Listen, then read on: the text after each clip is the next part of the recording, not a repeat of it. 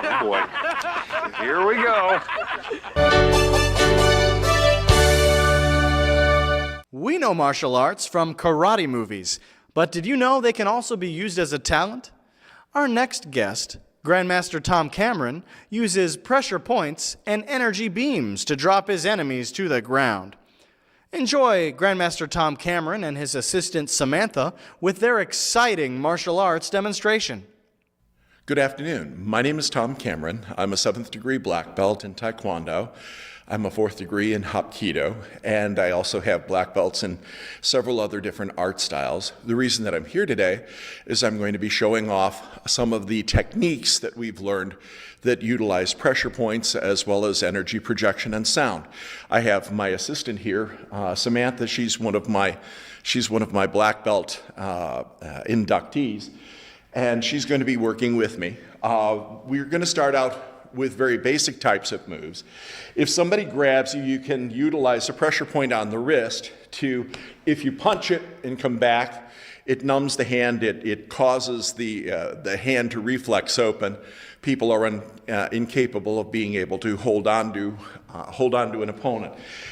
If I'm coming out from underneath, she can strike a pressure point on the hand, rub it, and then utilize pressure on the elbow joint. Oh, hell no. So a lot of it requires joint manipulation, but it doesn't require any kind of strength. It doesn't require any kind of physical acuity. The thing that sets our art apart is the fact that we do use energy projection as well as sound. I'm going to use one of the stage people here. Andy is going to be my catcher later on. But for right now, what I want to do is, if you grab hold of my hand, like a Roman grab, good. Now I'm going to try and pull you. I want you to resist as much as possible. Do not, get down in a good stance. Don't let me pull you. Resist. But the sound, okay, thank you. But the sound to get the energy in the room moving towards me is actually the word me. So if he resists, and I say me, he's not able to resist me any longer. The energy actually forces him towards me. What? Bro, what are you talking about, man? Now, because I'm a bigger guy, I can use physical force to do that. But if I'm doing it with a young lady like this, and I can resist, I can fight it, she can't get me. But if she uses that word, me.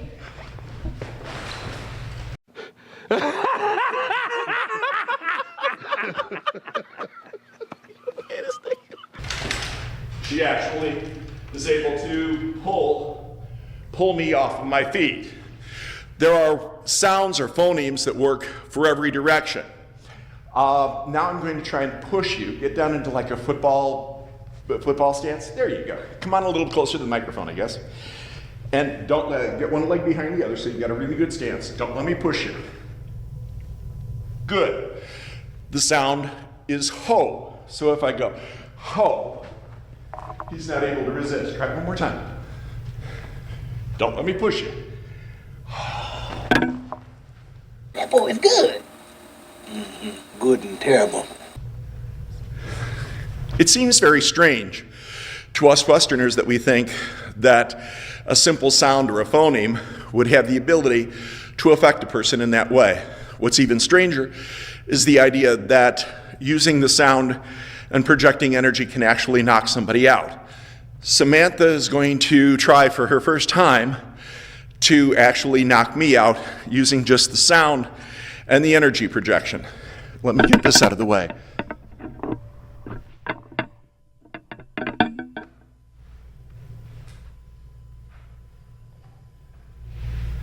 You ready, ma'am? Yes, sir.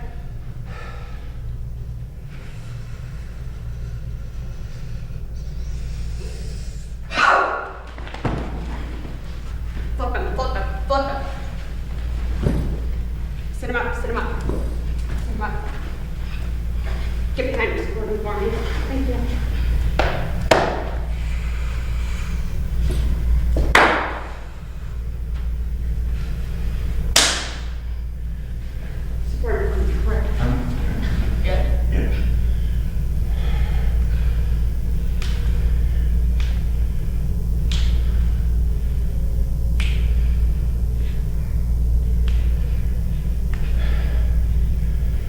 If you can, Need one more round? if you can shoot in tight, you should be able to see that the pupils are actually dilated as a result of the initial push, the energy push. Whew. I think I got it.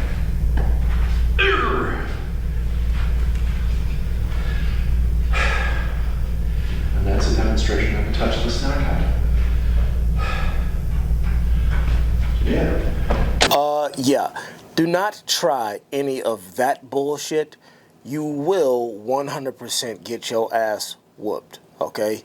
So, why are we here today? Well, dating apps. Dating apps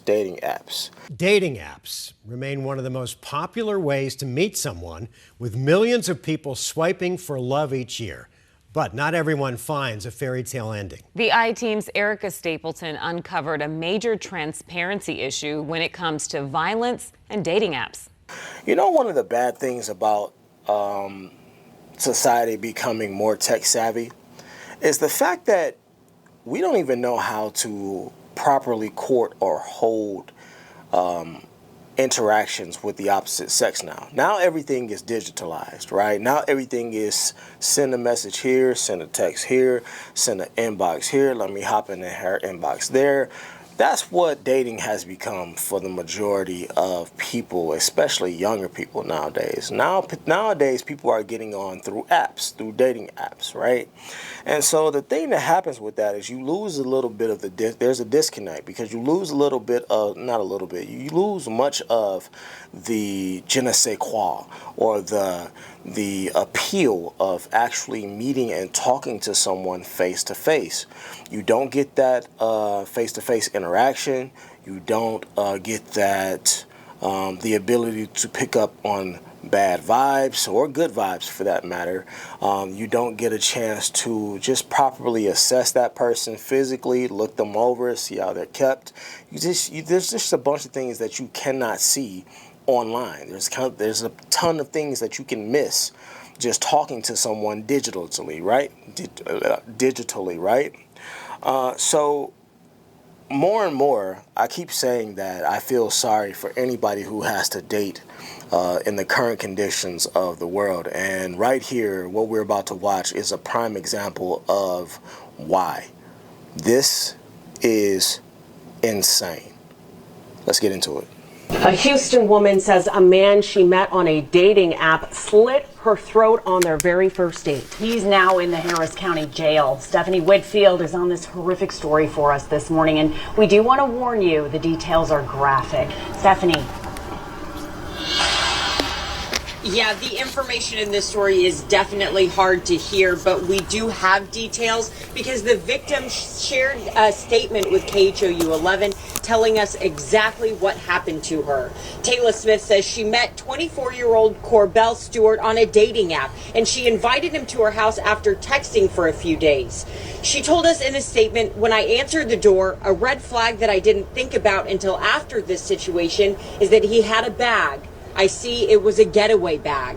Smith says they had dinner, watched movies, then began to get intimate. That's when she tells us that he pinned her down and slit her throat. She reportedly fought back, getting multiple stab wounds on her hands in the process. Thankfully, she was able to get away and run to a neighbor for help. Now, Cordell Stewart is in jail, charged with aggravated assault with a deadly weapon. He's being held on a $125,000 bond. Okay, so we got the gist of it, right? Now, I'll pull this up in two separate videos because the other video that I'm going to show you has a little bit more nuanced details that I kind of want to share, because I have some suspicions. I have a number of suspicions, actually. And I don't know whether or not I want to voice them, because I don't want to seem like I am attacking any particular set of people or sect of people. But let's go over the other video first before we get into it.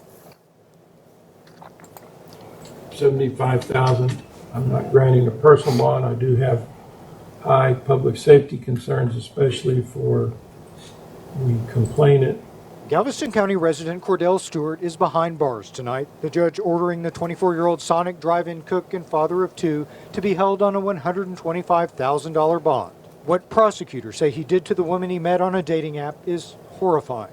The defendant cut the complainant's neck with a serrated knife, causing her to have a 4-inch severe laceration. In a written statement to KHOU 11 News, Taylor Smith described what she says happened last month. After speaking with Stewart for several days, Smith says she agreed to let him come over for dinner, saying, quote, "When I answered the door, a red flag that I didn't think about until after the situation is that he had a bag," Smith writes. "I see it was a getaway bag." Smith says Stewart acted like a gentleman at first. She began to cook dinner, and Smith says Stewart joined her in the kitchen. She says they talked, laughed, and kissed. But while engaging in foreplay, she says things took a violent turn, pinning her arm. See, that's the part. That's the part that gets me, y'all. That's the part that gets me. There are a number of things that are just odd about this entire thing. And I'm not saying that anybody did. Well, we'll get there. But why after the foreplay did it turn aggressive? Now, I have some thoughts about Taylor Smith. I do. I have some thoughts about her.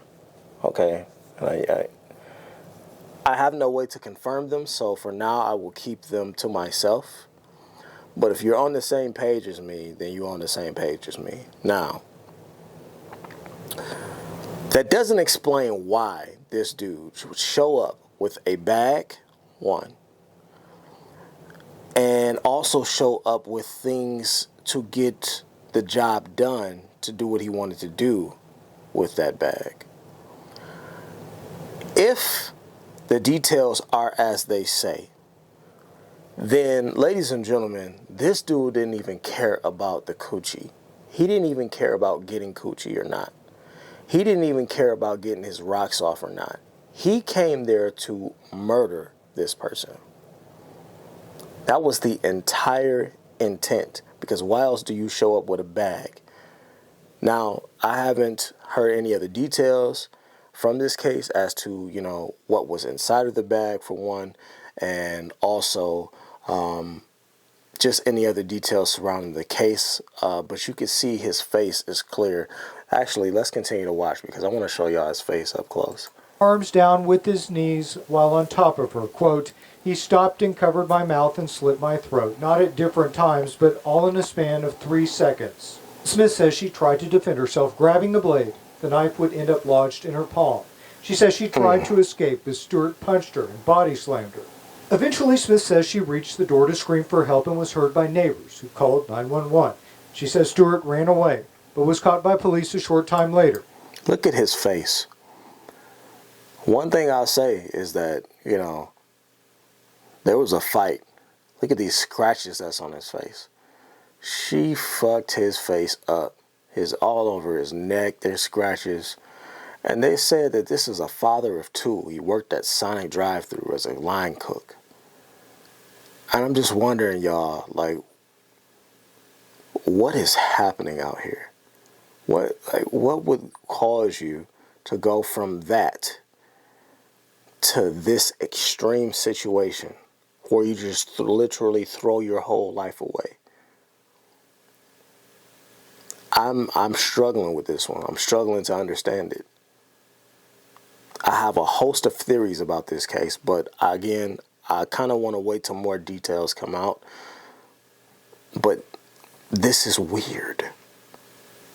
Again, he didn't even care if he got the coochie or not. Usually, you know, guys these days, they only care about one thing. As long as they can get some, as long as they can bust you down, they happy with that, and then they move on. But he didn't even care about that. He didn't even wait until he secured that, which means that the only thing that was on his mind was taking her out the game. Murder. We are in strange, weird times. He's now charged with aggravated assault with a deadly weapon. Yeah, Ladies, please be careful. You just have to be extra cautious these days. I don't know. I told y'all I'm into true crime, right? So I watch a lot of documentaries. I watch a lot of TV shows. I watch a lot of cases where I've just seen this go left for women. And you're not going to win, especially if you try that bullshit that you saw at the beginning of this video with motherfuckers trying to use energy projection.